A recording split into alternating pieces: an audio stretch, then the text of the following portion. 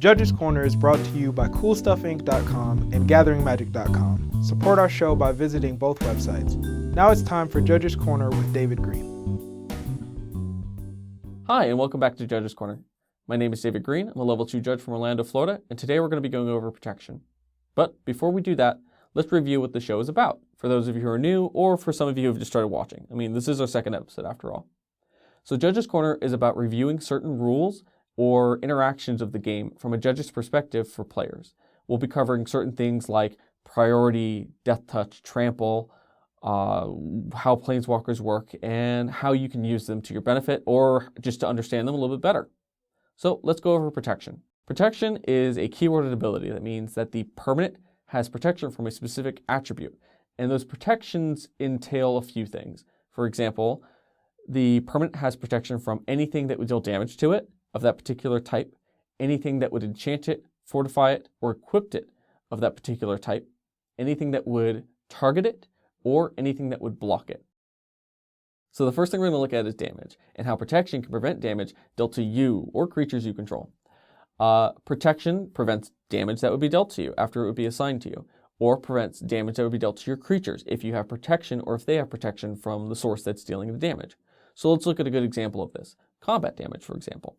Your opponent decided to attack with their Ajani Sunstriker, and you since blocked it with your Knight of Infamy. When we go to deal damage, you'll assign 2 damage to the Sunstriker, and they'll assign 2 damage to your Knight. But their 2 damage will be prevented, and yours won't. And because of that, they won't be gaining any 2 life off of the lifelink. So let's look at some non-combat damage.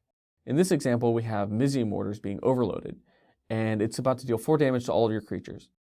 But if any of those creatures have protection from red, in this particular case, none of them will be dealt that damage. So let's take a look at equipments, enchantments, and fortifications, and how they interact with protection. For example, a creature that is equipped, a land that is fortified, or another creature that is enchanted, that has protection from any of those attributes of those equipments, enchantments, and fortifications, will simply have those things attached to them fall off. But enchantments will end up hitting the grave, while equipments and fortifications will just sit on the battlefield. So let's take a look at attacking. How does blocking even apply with protection?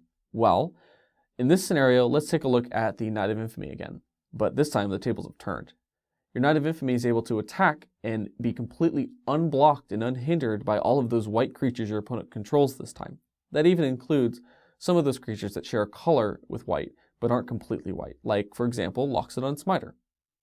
And finally, we have targeting, where if a permanent would be targeted by a spell or ability that it has protection from, it can't be targeted by that spell or ability. Or, if that permanent were to become protected from that spell or ability after it's already been targeted, upon resolution, that spell or ability would be countered by game rules. So an example of that would be if you had a precinct captain that was being targeted by Pillar Flame, and you wanted to protect it from red, so you gave it protection with Faith Shield. Upon resolution of the Pillar Flame, it would have an illegal target and be countered by game rules.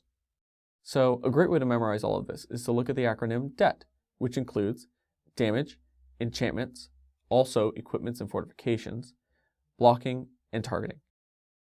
So why do you need to know this? Because protection doesn't really protect from everything. It only protects from a very specific and narrow list of things. It can make the difference between your Knight of Infamy surviving a couple of blows back and forth with creatures and dying to its own Day of Judgment in 2012. So that concludes our episode for this week. Let's come back next week and look at some planeswalkers. And until then, read your cards thoroughly, read them again, and have fun.